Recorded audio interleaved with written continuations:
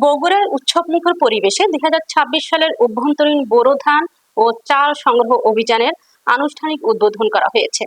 বিস্তারিত থাকছে এস.এম. দৌলতের প্রতিবেদনে। অনুষ্ঠানে প্রধান অতিথি বগুড়া 6 আসনের সংসদ সদস্য মোহাম্মদ রেজাউল করিম বাচ্চা, জেলা প্রশাসক রাজিয়া সুলতানার সভাপতিত্বে আয়োজিত এই অনুষ্ঠানে বিশেষ অতিথি হিসেবে উপস্থিত ছিলেন খাদ্য নিয়ন্ত্রক কাজী সাইফুদ্দিন, বগুড়া সদর উপজেলা নির্বাহী অফিসার মোহাম্মদ আব্দুল ওয়াজেদ।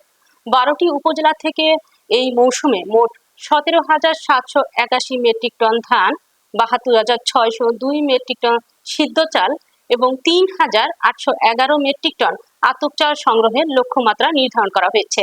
জেলা খাদ্য নিয়ন্ত্রণের কার্যালয় সূত্রে জানা গেছে, উপজেলা ভিত্তিক ধান সংগ্রহের তালিকায় শীর্ষে রয়েছে Shibganj 2,019 ton, Sherpur 1,980 ton, Nandigram 1,842 ton এবং কাহালু 1,744 টন।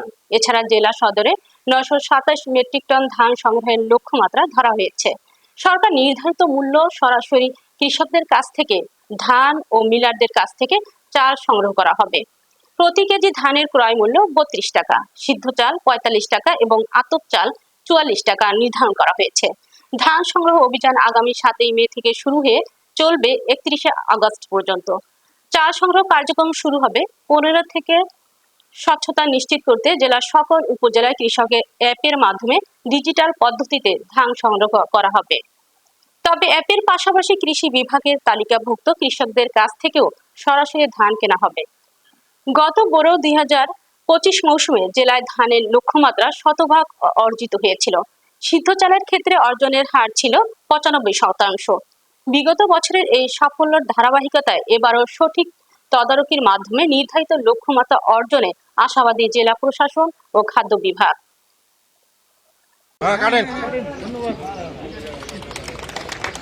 এই সাথে সাথে আমাদের সাথে হুজুর আছে, হুজুরকে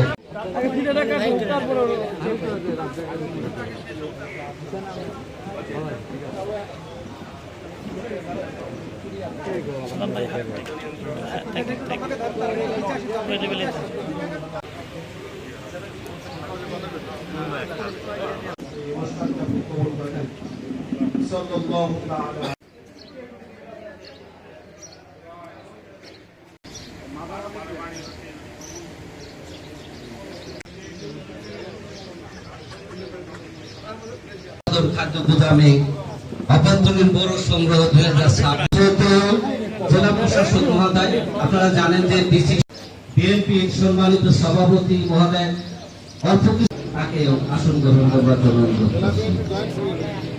প্রথমে অনুরোধ করব আজকে এই সংগ্রহ অভিযান উদ্বোধনী অনুষ্ঠানে প্রধান অতিথি